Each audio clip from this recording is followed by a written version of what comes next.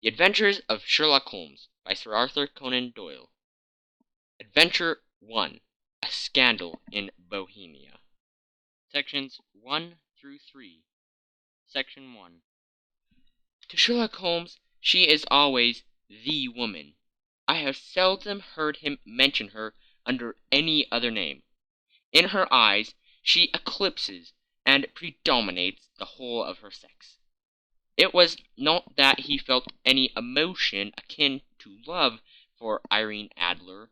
All emotions, and that one particularly, were abhorrent to his cold, precise, but admirably balanced mind. He was, I take it, the most perfect reasoning and observing machine that the world has seen. But as a lover, he would have placed himself in a false position. He never spoke of the softer passions, save with a gibe and a sneer. They were admirable things for the observer, excellent for drawing the veil from men's motives and actions. But for the trained reasoner to admit such intrusions into his own delicate and finely adjusted temperament was to introduce a distracting factor which might throw a doubt on all his mental results. Grit in a sensitive instrument, or a crack in one of his own high-power lenses, would not be more disturbing than a strong emotion in a nature such as his. And yet there was but one woman to him, and that woman was the late Irene Adler, of dubious and questionable memory. I have seen little of Holmes lately. My marriage had drifted us away from each other.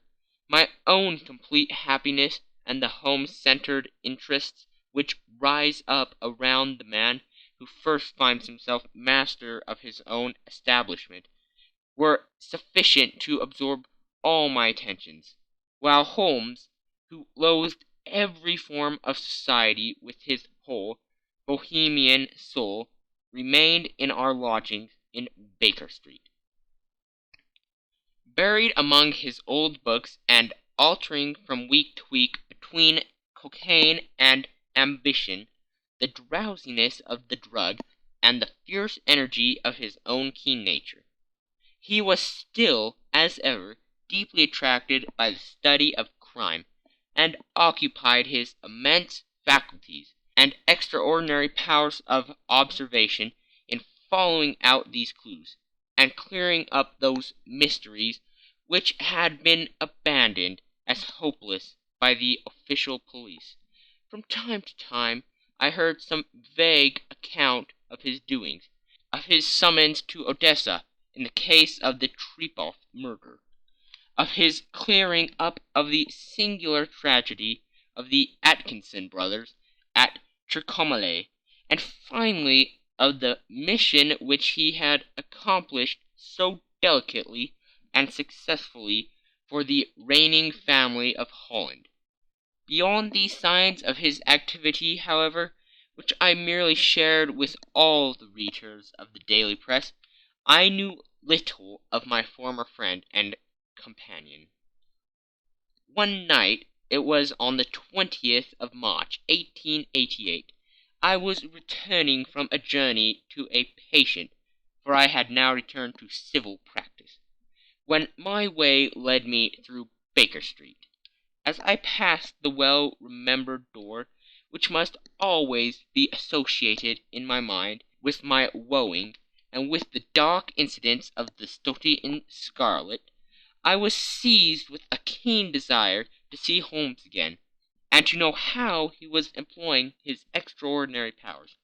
His rooms were brilliantly lit, and even as I looked up I saw his tall, spare figure pass twice in a dark silhouette against the blind. He was pacing the room, swiftly, eagerly, with his head sunk upon his chest and his hands clasped behind him. To me, who knew his every mood and habit, his attitude and manner, told their own story. He was at work again. He had risen out of his drug-created dreams, and was hot upon the scent of some new problem. I rang the bell, and was shown up to the chamber, which had formerly been in part my own. His manner was not effusive. It seldom was, but he was glad, I think, to see me.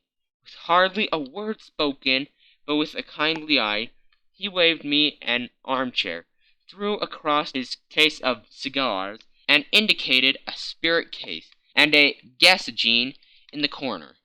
Then he stood before the fire and looked me over in his singular introspective fashion. "Wedlock suits you," he remarked. "I think, Watson, that you have put on 7.5 pounds since I saw you." "7!" I answered. "Indeed, I should have thought a little more, just a trifle more, I fancy, Watson. And in practice again, I observe. You did not tell me that you intended to go into harness." "Then how do you know?" "I see it. I deduce it. How do I know that you have been getting yourself very wet lately, and that you have a most clumsy and careless servant girl?" "My dear Holmes," said I, "this is too much. You would certainly have been burned had you lived a few centuries ago. It is true that I had a country walk on Thursday, and came home in a dreadful mess, but as I have changed my clothes, I can't imagine how you deduce it. As to Mary Jane, she is incorrigible, and my wife has given her notice. But there again I fail to see how you work it out." He chuckled to himself, and rubbed his long nervous hands together. "It is simplicity itself," said he. "My eyes tell me that on the inside of your left shoe, just where the firelight strikes it, the leather is scored by 6 almost parallel cuts. Obviously they have been caused by someone who has very carelessly scraped around the edges of the soles in order to remove crusted mud from it. Hence you see my double deduction, that you have been out in vile weather, and that you have a particularly malignant boot-slitting specimen of the London Slave. As to your practice, if a gentleman walks into my room smelling of iodine, with a black mark of nitrate of silver upon his right forefinger, and a budge on the right side of his top hat, to show where he has secreted his stethoscope, I must be dull indeed if I did not pronounce him to be an active member of the medical profession." I could not help laughing at the ease with which he examined his process of deduction. "When I hear you give your reasons," I remarked, "the thing always appears to me to be so ridiculously simple that I could easily do it myself, though at each successive instance of your reasoning I am baffled until you explain your process. And yet I believe that my eyes are as good as yours." "Quite so," he answered, lighting a cigarette, and throwing himself down into an armchair. "You see, but you do not observe. The distinction is clear. For example, you have frequently seen the steps which lead up from the hall to this room?" "Frequently." "How often?" "Well, some hundreds of times." "Then how many are there?" "How many? I don't know." "Quite so. You have not observed, and yet you have seen. That is just my point. Now I know that there are 17 steps, because I have both seen and observed. By the way, since you are interested in these little problems, and since you have been good enough to chronicle one or two of my trifling experiences, you may be interested in this." He threw over a sheet of thick, pink-tinted notepaper, which had been lying upon the table. "It came by the last post," said he. "Read it aloud." The note was undated, and without either signature or address. "There will call upon you tonight, at 7:45, it said, "a gentleman who desires to consult you upon a matter of the very deepest moment. Your recent services to one of the royal houses of Europe, have shown that you are one who may safely be trusted with matters which are of an importance which can hardly be exaggerated. This account of you will have from all quarters received, but in your chamber then at that hour, and do not take it amiss if your visitor wears a mask. This is indeed a mystery, I remarked. What do you imagine that it means? I have no data yet. It is a capital mistake to theorize before one has data. Insensibly one begins to twist facts to suit theories, instead of theories to suit facts. But the note itself, what do you deduce from it? I certainly examined the writing, and the paper upon which it was written. The man who wrote it was presumably well-to-do, I remarked, endeavoring to imitate my companion's process. Such paper could not be bought under half a crown a packet. It is peculiarly strong and stiff. Peculiar, that is the very word, said Holmes. It is not an English paper at all. Hold it up to the light. I did so, and saw a large E with a small g, a P, and a large G with a small t woven into the texture of the paper. What do you make of that? Asked Holmes. The name of the maker, no doubt, or his monogram, rather. Not at all. The G with a small t stands for Gesellschaft, which is German for company. It is a customary contraction like our CO. P, of course, stands for paper. Now for the EG. Let us glance at our continual gazetteer. He took down a heavy brown volume from his shelves. Eglots. Here we are. Egeria. It is in a German-speaking country in Bohemia, not far from Carlsbad, remarkably as being the scene of the death of Wallenstein, and for its numerous glass factories and paper mills. Ha ha, my boy, what do you make of that? His eyes sparkled, and he sent up a great blue triumphant cloud from his cigarette. The paper was made in Bohemia, I said. Precisely. And the man who wrote the note is a German. Do you note the particular contraction of the sentence? This account of you we have from all quarters received. A Frenchman or Russian could not have written that. It is the German who is so unconscious to his verbs. It only remains, therefore, to discover what is wanted by this German, who writes upon Bohemian paper and prefers wearing a mask to showing his face. And here he comes, if I am not mistaken, to resolve all our doubts. As he spoke, there was the sharp sound of horses' hoofs, and the grating wheels against the curb, followed by a sharp pull at the bell. Holmes whistled. A pair by the sound, said he. Yes, he continued, glancing out of the window, a nice little Brogman, and a pair of beauties, 150 guineas apiece. There's money in this case, Watson, if there is nothing else. I think that I had better go, Holmes. Not a bit, Doctor. Stay where you are. I am lost without my Boswell, and that promises to be interesting. It would be a pity to miss it. But your client, never mind him. I may want your help, and so may he. Here he comes. Sit down in that armchair, Doctor, and give us your best attention. A slow and heavy step, which had been heard upon the stairs, and in the passage, paused immediately outside the door. Then there was a loud and authoritative tap. "Come in," said Holmes. A man entered, who could hardly have been less than 6 feet 6 inches in height, with the chest and limbers of a Hercules.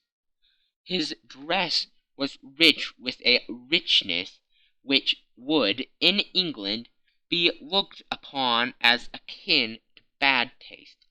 Heavy bands of astrakhan were slashed across the sleeves and fronts of his double-breasted coat, while the deep blue coat, which was thrown over his shoulders, was lined with flame-colored silk and secured at the neck with a brooch, which consisted of a single flaming beryl. Boots, which extended halfway up his calves, and which were trimmed at the tops with rich brown fur, completed the impression of barbaric opulence, which was suggested by the whole appearance.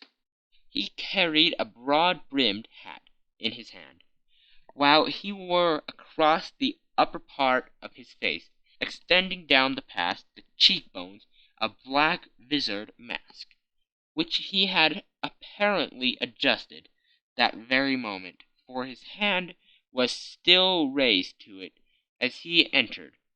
From the lower part of the face he appeared to be a man of strong character, with a thick hanging lip, and a long, straight chin suggestive of resolution, pushed to the length of obstinacy. "You had my note?" he asked, with a deep, harsh voice, and a strongly marked German accent.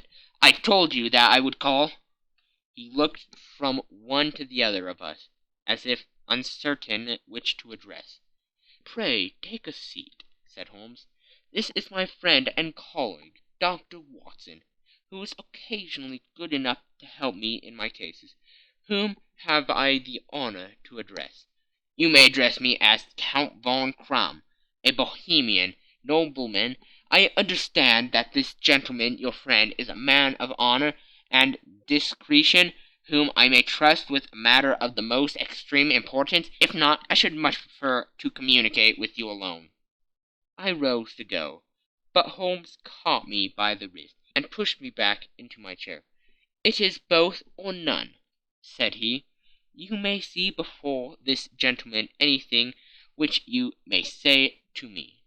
The Count shrugged his broad shoulders.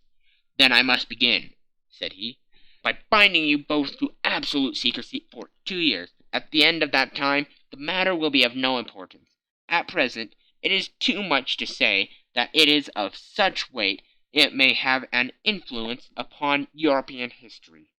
"I promise," said Holmes. "And I." "You may excuse this mask," countered our strange visitor.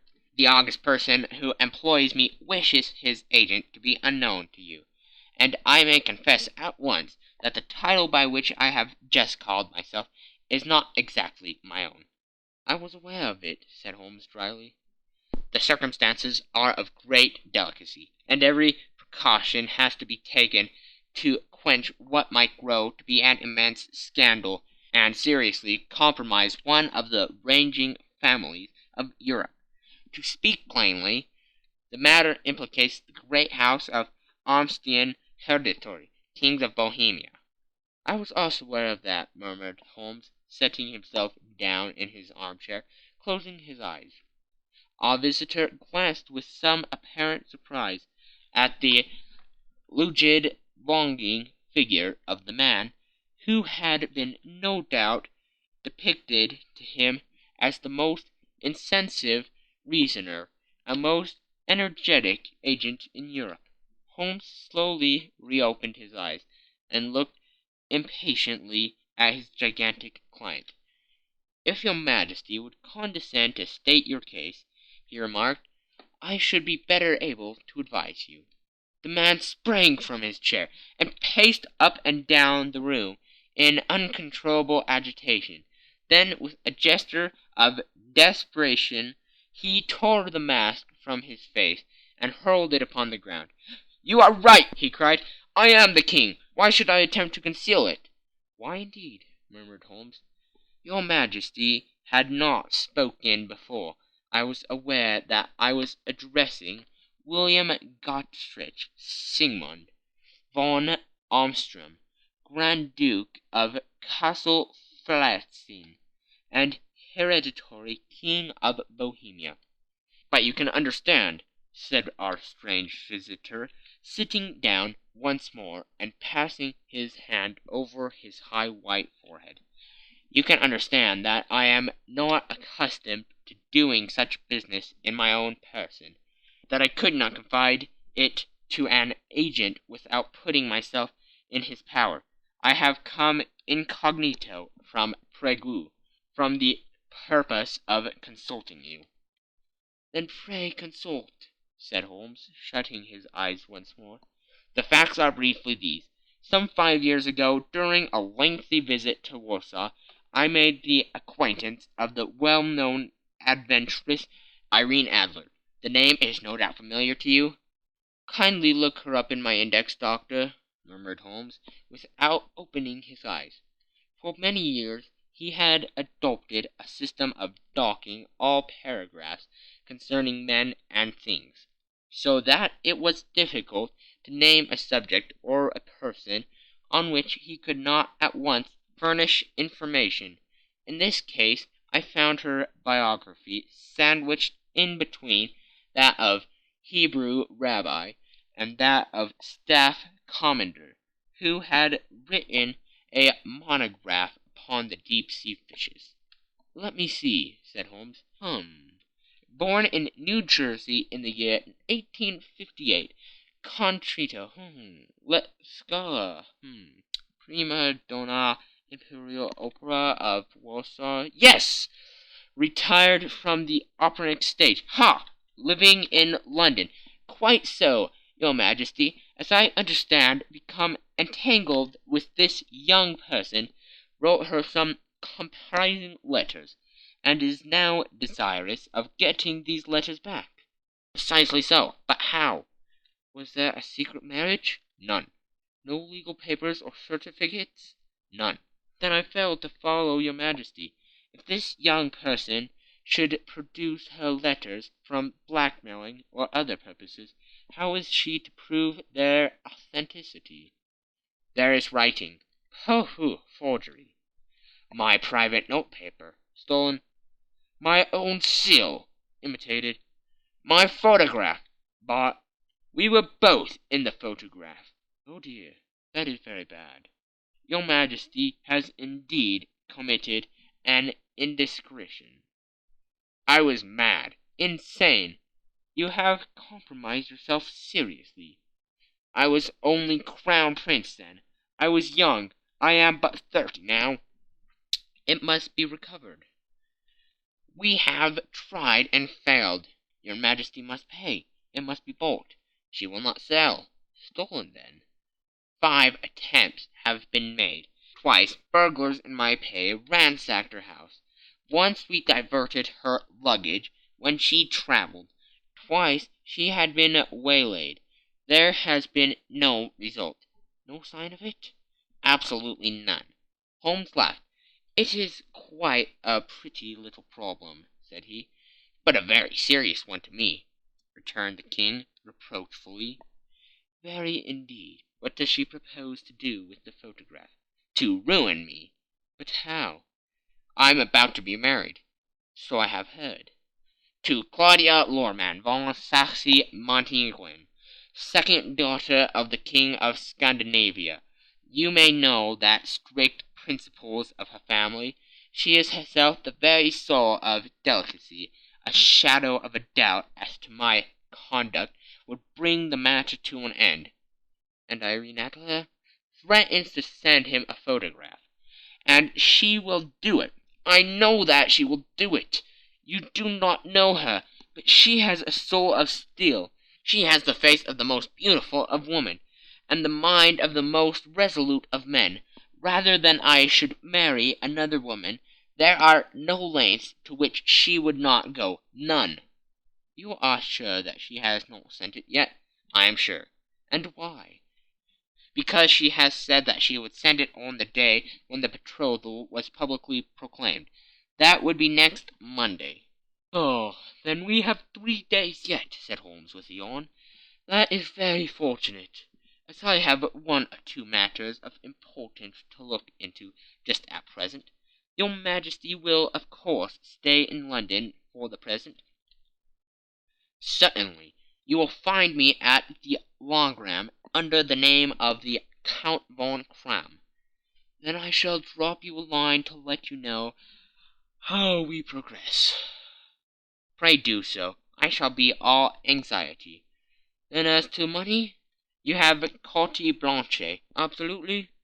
I tell you that I would give one of the provinces of my kingdom to have that photograph. And for the present expenses, the king took a heavy chamois leather bag from under his cloak and laid it on the table. There are 300 pounds in gold and 700 in notes, he said. Holmes scribbled a receipt upon a sheet of his notebook and handed it to him. And mademoiselle's address? He asked. Is Brony Lodge, Supreme Avenue, St. John's Wood. Holmes took a note of it. One other question, said he. Was the photograph a cabinet? It was. Then good night, your Majesty, and I trust that we shall soon have some good news for you. And good night, Watson, he added, as the wheels of the Royal Brougham rolled down the street. If you will be good enough to call tomorrow afternoon at 3 o'clock, I should like to chat this little matter over with you. End of Section 1. Section 2. At 3 o'clock precisely, I was at Baker Street, but Holmes had not yet returned. The landlady informed me that he had left the house shortly after 8 o'clock in the morning. I sat down beside the fire, however, with the intention of awaiting him. However long he might be, I was already deeply interested in his inquiry, for though it was surrounded by none of the grim and strange features which were associated with the two crimes which I have already recorded, still the nature of the case and the exalted station of his client gave it a character of its own. Indeed, apart from the nature of the investigation which my friend had on hand, there was something in his masterly grasp of a situation, and his keen, incisive reasoning, which made it a pleasure to me to study his system of work, and to follow the quick, subtle methods by which he distinguished the most inextractable mysteries. So accustomed was I to his invariable success that the very possibility of his failing had ceased to enter into my head. It was close upon 4 before the door opened, and a drunken-looking groom, ill-kept and side-whiskered, with an inflamed face and disreputable clothes, walked into the room. Accustomed as I was to my friend's amazing powers in the use of disguises, I had to look 3 times before I was certain that it was indeed he. With a nod he vanished into the bedroom, whence he emerged in 5 minutes, too suited and respectable as of old. Putting his hands into his pockets, he stretched out his legs in front of the fire and laughing heartily for some minutes. Well, really, he cried, and then he choked and laughed again, until he was obliged to lie back, limp and helpless, in the chair. What is it? It's quite too funny. I am sure you could never guess how I employed my morning, or what I ended by doing. I can't imagine. I suppose that you have been watching the habits and perhaps the house of Miss Irene Adler? Quite so, but the sequel was rather unusual. I will tell you, however. I left the house a little after 8 o'clock this morning, in the character of a groom, out of work. There is a wonderful sympathy and freemasonry among horsemen, but one of them, and you will know all that there is to know, I soon found Brotny Lodge.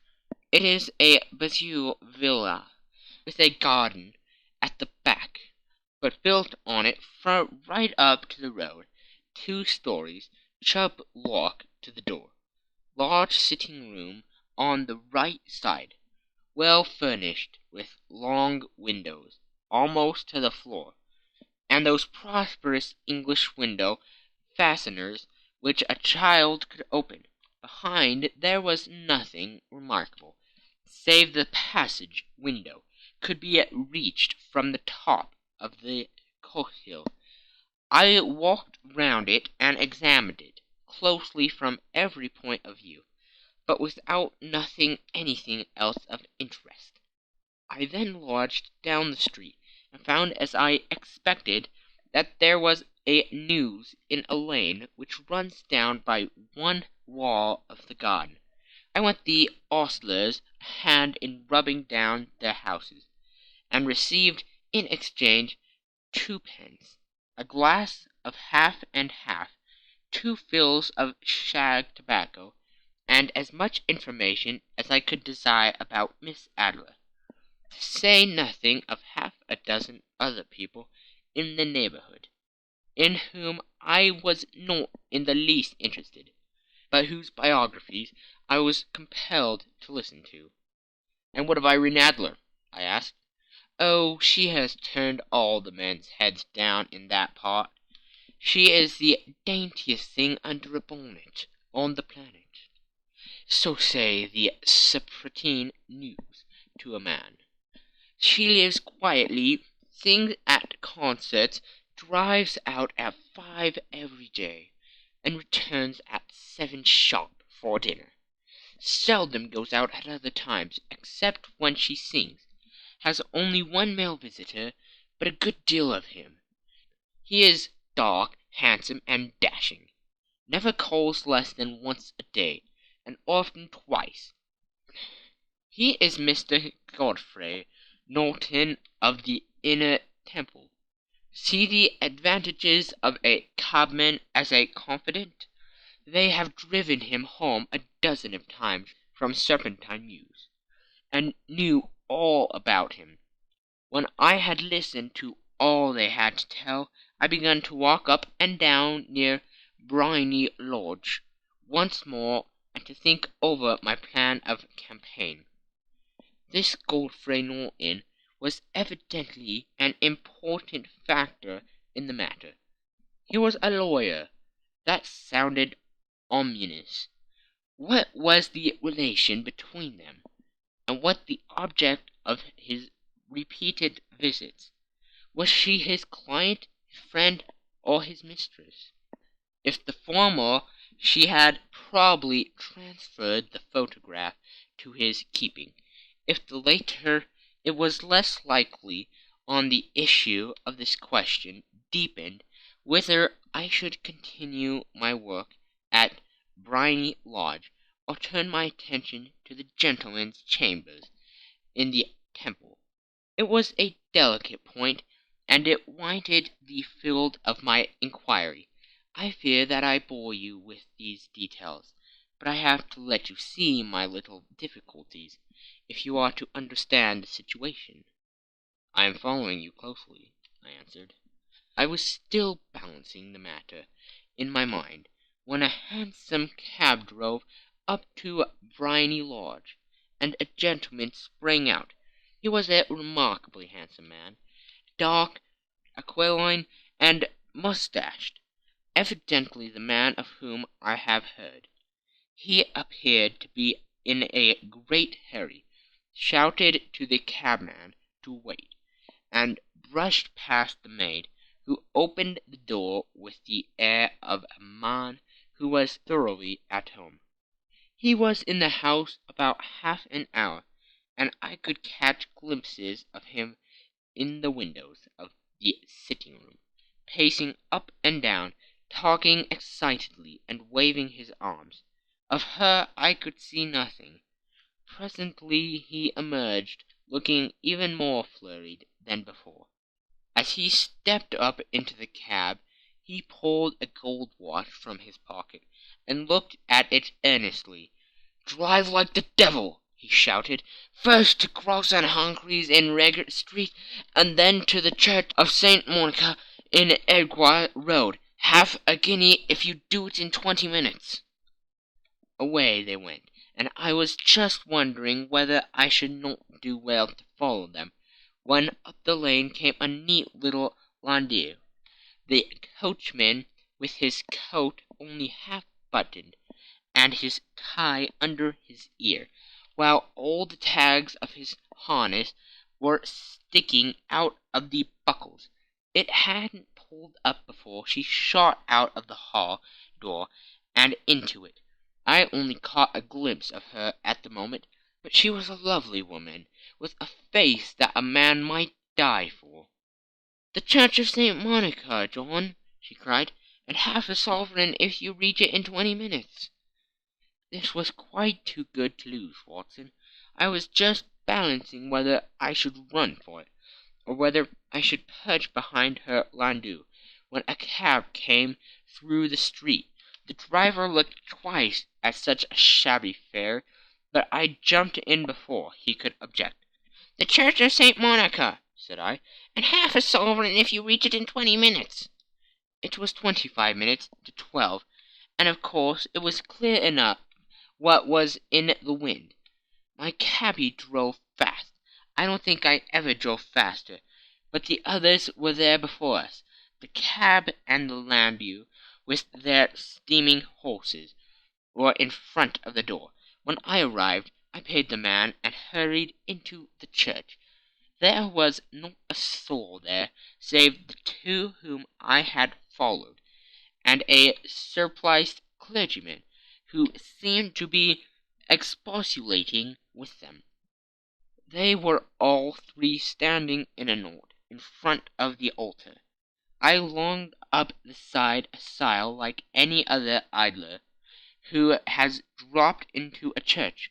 Suddenly, to my surprise, the three at the altar faced round to me, and Godfrey Norton came running as hard as he could toward me. "Hank," he cried, "you'll do. Come, come." "What then?" I asked. "Come, man, come only 3 minutes, or it won't be legal." I was half dragged up to the altar, and before I knew where I was, I found myself mumbling responses which were whispered in my ear, and vouching for things of which I knew nothing, and generally assisting in the secure tying up of Irene Adler, spinster, to Godfrey Norton, bachelor. It was all done in an instant, and there was the gentleman thanking me on the one side and the lady on the other, while the clergyman beamed on me in front. It was the most preposterous position in which I ever found in my life, and it was the thought of it that startled me into laughing just now. It seems there had been some informality about their license, that the clergyman absolutely refused to marry them without a witness of some sort, and that my lucky appearance saved the bridegroom from having to sally out into the street in search of a best man. The bride gave me a sovereign, and I mean to wear it on my watch chain in memory of the occasion. "That is a very unexpected turn of affairs," said I. "And what then?" "Well, I found my plans very seriously menaced.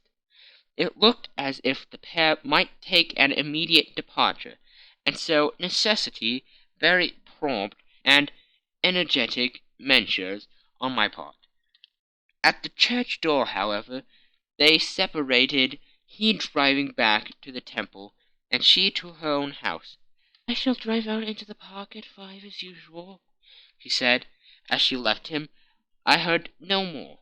They drove away in different directions, and I went off to make my own arrangements. "Which are?" "Some cold beef and a glass of beer," he answered, ringing the bell. "I have been too busy to think of food, and I am likely to be busier still this evening. By the way, doctor, I shall want your cooperation." "I shall be delighted."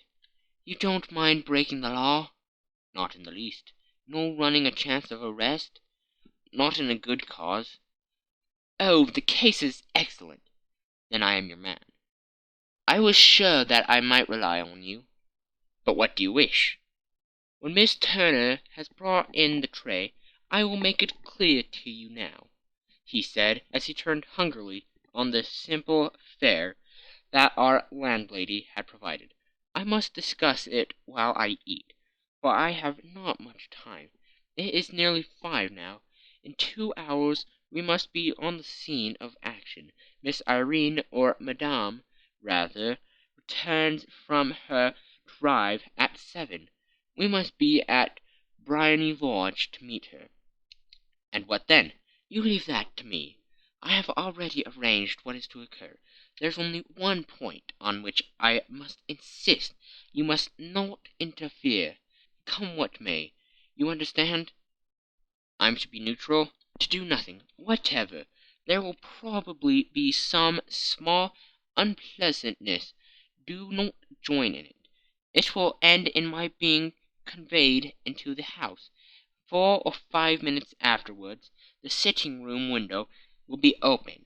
You are to station yourself close to that open window. Yes, you are to watch me, for I have been visible to you.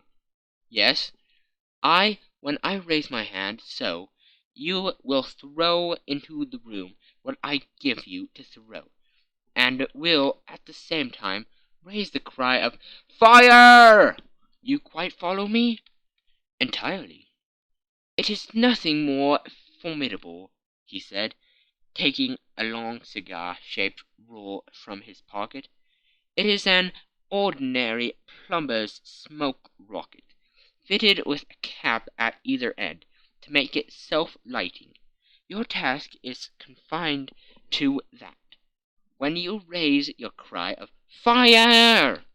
it will be taken up by quite a number of people. You may then walk to the end of the street, and I will rejoin you in 10 minutes. I hope that I have made myself clear. I am to remain neutral, to get near the window, to watch you, and at your signal to throw this object, then to raise the cry of "Fire!" and to wait you at the corner of the street. Precisely. Then you may entirely rely on me? That is excellent. I think, perhaps, it is almost time that I prepare for the new role I have to play. He disappeared into his bedroom, and returned in a few minutes, in the character of an amiable and simple-minded nonconformist clergyman. His broad black hat, his baggy trousers, his white tie, his sympathetic smile, and general look of peering and benevolent curiosity were such as Mr. John Hare alone could have equalled. It is not merely that Holmes changed his costume. His expression, his manner, his very soul seemed to vary every fresh part that he assumed.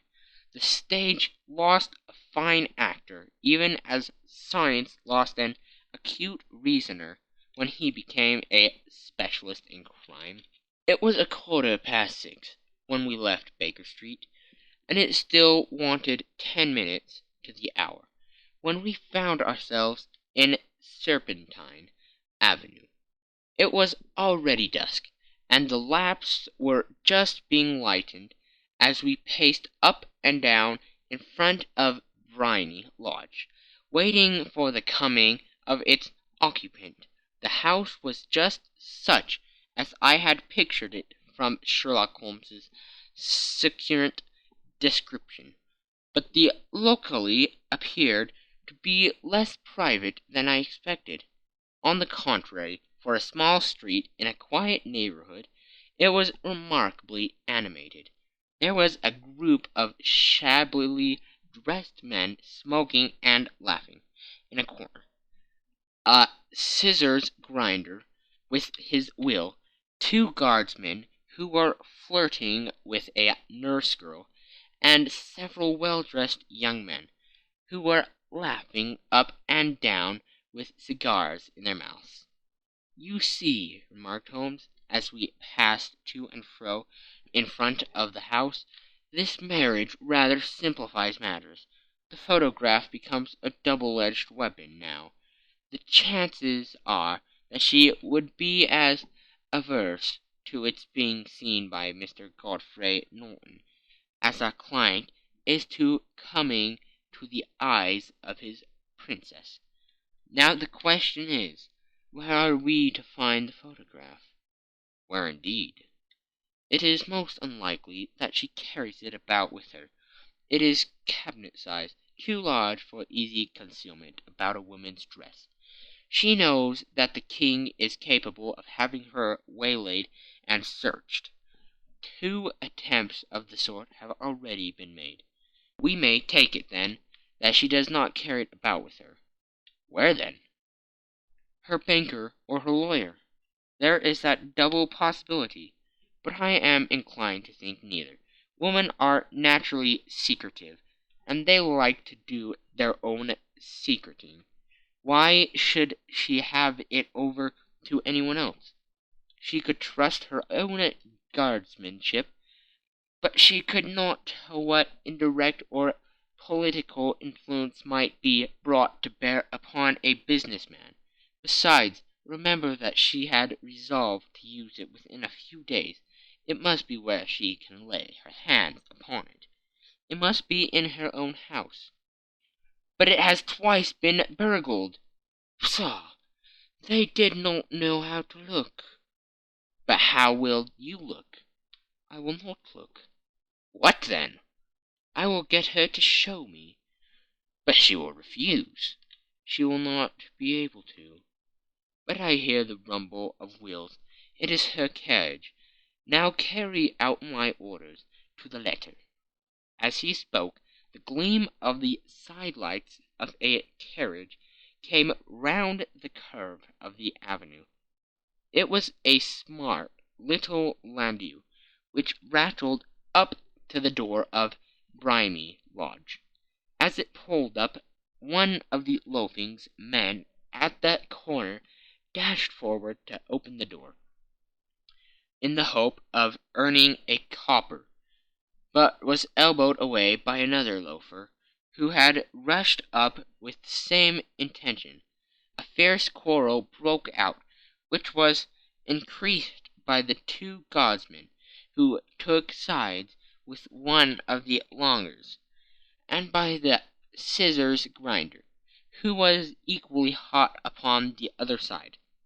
A blow was struck, and in an instant the lady, who had stepped from her carriage, was the centre of a little knot of flourish and struggling men, who struck savagely at each other with their fists and sticks. Holmes dashed into the crowd to protect the lady, but just as he reached her he gave a cry and dropped to the ground, with the blood running freely down his face. At his fall the guardsmen took their heels in one direction, and the longers in the other, while a number of better dressed people, who had watched the suffice without taking part in it, crowded in to help the lady and to attend to the injured man. Irene Adler, as I will still call her, had hurried up the steps, but she stood at the top with her superb figure outlined against the lights of the hall, looking back into the street. "Is the poor gentleman much hurt?" she asked. "He is dead!" cried several voices. "No, no, there's life in him!" shouted another. "But he'll be gone before you can get him to hospital." "He's a brave fellow," said a woman. "They would have got the lady's purse and watch if it hadn't been for him. They were a gang, and a rough one too. Ah, he's breathing now." "He can't lie here in the streets. May we bring him in, marm?" "Surely bring him into the sitting-room. There's a comfortable sofa. This way, please." Slowly and solemnly he was borne into the Brimy Lodge, and laid into the principal room. While I still observed the proceedings from my post, by the window. The lamps had been lit, but the blinds had been drawn so that I could see Holmes as he lay upon the couch. I do not know whether he was seized with compunction at that moment for the part he was playing, but I know that I never felt more heartily ashamed of myself in my life than when I saw the beautiful creature against whom I was conspiring, or the grace and kindliness with which she waited upon the injured man. And yet it would be the blackest treachery to Holmes to draw back now from the part which he had entrusted to me. I hardened my heart, and took the smoke rocket from under my ulster. After all, I thought, we are not injuring her. We are but preventing her from injuring another. Holmes had sat up upon the couch, and I saw him mention like a man who is in need of air. A maid rushed across the threshold, opened the window. At the same instant I saw him raise his hand, and at the signal I tossed my rocket into the room, with a cry of "Fire!" The word was no sooner out of my mouth than the whole crowd of spectators, well dressed and ill, gentlemen, ulsters, and servant-maids, joined in the general shriek of "Fire!" Thick clouds of smoke curled through the room, and out those open windows. I caught a glimpse of rushing fingers, and a moment later the voice of Holmes from within, assuring them that it was a false alarm. Slipping through the shouting crowd, I made my way to the corner of the street, and in 10 minutes was rejoiced to find my friend's arm in mine, and to get away from the scene of uproar. He walked swiftly and in silence for some few minutes until we had turned down on one of the quiet streets which led towards the Edgware Road. "You did it very nicely, Doctor," he remarked. "Nothing could have been better. It is all right." "You have the photograph?" "I know where it is." "And how did you find out?" "She showed me, as I told you she would." "I am still in the dark." "I do wish to make a mystery," said he, laughing. "The matter was perfectly simple. You are, of course, saw that everyone in the street was an accomplice. They were all engaged for the evening." "I guessed as much." "Then, when the row broke out, I had a little moist red paint in the palm of my hand. I rushed forward, fell down, clapped my hand to my face, and became a piteous spectacle. It is an old trick." "That also I could fathom." "Then they carried me in. She was bound to have me in. What else could she do? And into her sitting-room, which was the very room which I suspected. It lay between that and her bedroom, and I was determined to see which. They laid me on a couch. I motioned for air. They were compelled to open the window, and you had your chance." "How did that help you?" "It was all important. When a woman thinks that her house is on fire, her instinct is at once to rush to the thing which she values most. It is a perfectly overpowering impulse, and I have more than once taken advantage of it.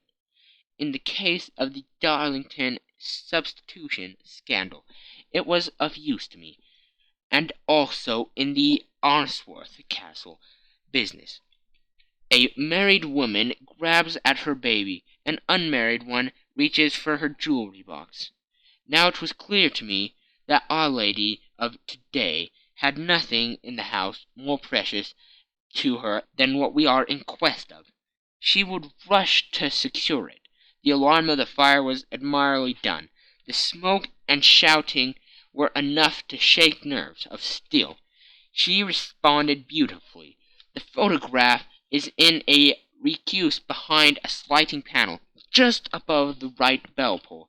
She was there in an instant, and I caught a glimpse of it as she half drew it out. When I cried out that it was a false alarm, She replaced it, glancing at the rocket, rushed from the room, and I have not seen her since. I rose, and making my excuses, escaped from the house. I hesitated whether to attempt to secure the photograph at once, but the coachman had come in, and as he was watching me narrowly, it seemed safer to wait. A little over precipitance may ruin all. "And now?" I asked. "Our quest is practically finished. I shall call with the king tomorrow, and with you, if you care to come with us. We will be showed into the sitting-room to wait for the lady, but it is probable that when she comes she may find neither us nor the photograph. It might be a satisfaction to his Majesty to regain it with his own hands." "And when will you call?" "At 8 in the morning. She will not be up, so that we shall have a clear field. Besides, we must be prompt, for this marriage may mean a complete change in her life and habits. I must wire to the king without delay." We had reached Baker Street, and had stopped at the door. He was searching his pockets for the key, when some one passing said, "Good night, Mr. Sherlock Holmes." There were several people on the pavement at the time, but the greeting appeared to come from a slim youth in an ulster who had hurried by. "I've heard that voice before," said Holmes, starting down the dimly lit street. "Now I wonder who the deuce that could have been." End of Section 2. Section 3. I slept at Baker Street that night, and we were engaged upon our toast and coffee in the morning, when the King of Bohemia rushed into the room. "You have really got it?" he cried, grasping Sherlock Holmes by either shoulder, or looking eagerly into his face. "Not yet." "But you have hopes?" "I have hopes." "Then come. I am all impatience to be gone." "We must have a cab." "No, my brougham is waiting." "Then that will simplify matters." We descended, and started off at once more for Bombay Lodge. "Irene Adler is married," remarked Holmes. "Married? When?" "Yesterday." "But to whom?" "To an English lawyer named Norton." "But she could not love him." "I am in hopes that she does." "And why in hopes?" "Because it would spare your Majesty all fear of future annoyance. If the lady loves her husband, she does not love your Majesty. If she does not love your Majesty, then there is no reason why she should interfere with your Majesty's plan." "It is true, and yet, well, I wish she had been of my own station. What a queen she would have made!" He relapsed into a mood silence, which was not broken until we drew up in Serpentine Avenue. The door of Brimary Lodge was open, and an elderly woman stood up the steps. She watched us with a sardonic eye as we stepped from the brougham. "Mr. Sherlock Holmes, I believe," said she. "I am Mr. Holmes," answered my companion, looking at her with a questioning and rather startled gaze. "Indeed, my mistress told me that you were likely to call. She left this morning with her husband by the 5:15 train from Charing Cross for the Continent." "What?" Sherlock Holmes staggered back with the chagrin and surprise. "Do you mean that she has left England?" "Never to return." "And the papers?" asked the king hoarsely. "All is lost." "We shall see."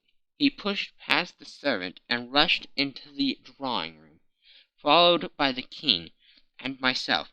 The furniture was scattered about in every direction, with the dismantled shelves and open drawers, as if the lady had hurriedly ransacked them before her flight. Holmes rushed at the bell-pull, tore back a small sliding shutter, and plunging in his hand, pulled out a photograph and a letter. The photograph was of Irene Adler herself, in evening dress. The letter was superscribed to Sherlock Holmes, Esq., to be left till called for. My friend tore it open, and we all three read it together. It was dated midnight of the preceding night, and ran in this way. My dear Mr. Sherlock Holmes, you really did it well. You took me in completely. Until after the alarm of fire I had not a suspicion. But then, when I found how I had betrayed myself, I began to think. I had been warned against you months ago. I had been told that if the king employed an agent, it would certainly be you, and your address had been given me. Yet, with all this, you made me reveal what you wanted to know. Even after I became suspicious, I found it to think evil of such a dear, kind old clergyman. But you know I have been trained as an actress myself. Male costume is nothing new to me. I often take advantage of the freedom which it gives. I sent John the coachman to watch you, ran upstairs, got into my walking clothes, as I call them, and came down just as you departed. Well, I followed you to your door, and so made sure that I was really an object of interest to the celebrated Mr. Sherlock Holmes. Then I rather imprudently wished you good night, and started for the Temple to see my husband. We thought the best resource was flight, when we pursued by so formidable an antagonist. So you will find the nest empty when you call tomorrow. As to the photograph, your client may rest in peace. I love and am loved by a better man than he. The king may do what he will without hindrance from one whom he has cruelly wronged. I keep it only to safeguard myself, and to preserve a weapon which will always secure me from any steps which he might take in the future. I leave a photograph which he might care to possess, and I remain, dear Mr. Sherlock Holmes, very truly yours, Irene Adler. "What a woman! Oh, what a woman!" cried the King of Bohemia, when we had all three read this epistle. "Did I not tell you how quick and resolute she was? Would she not have made an admirable queen? Is it not a pity that she was not on my level?" "From what I have seen of the lady, she seems indeed to be on a very different level to your Majesty," said Holmes coldly. "I am sorry that I have not been able to bring your Majesty's business to a more successful conclusion." "On the contrary, my dear sir," cried the King, "nothing could be more successful. I know that her word is inviolate. The photograph is now as safe as if it were in the fire." "I am glad to hear your Majesty say so." "I am immensely indebted to you. Pray tell me in what way I can reward you. This ring—" He slipped an emerald snake ring from his finger and held it out upon the palm of his hand. "Your Majesty has something which I should value even more highly," said Holmes. "You have but to name it." "The photograph!" The King stared at him in amazement. "Irene's photograph!" he cried. "Certainly, if you wish it." "I thank your Majesty. Then there is no more to be done in the matter. I have the honor to wish you very good morning." He bowed and turned away without observing the hand which the King had stretched out to him. He set off in my company for his chambers. And that was how a great scandal threatened to affect the kingdom of Bohemia, and how the best plans of Mr. Sherlock Holmes were beaten by a woman's wit. He used to make merry over the cleverness of women, but I have not heard him do it of late. And when he speaks of Irene Adler, or when he refers to her photograph, it is always under the honorable title of the woman. End of Section 3. End of the Scandal in Bohemia. This is a TB003 production.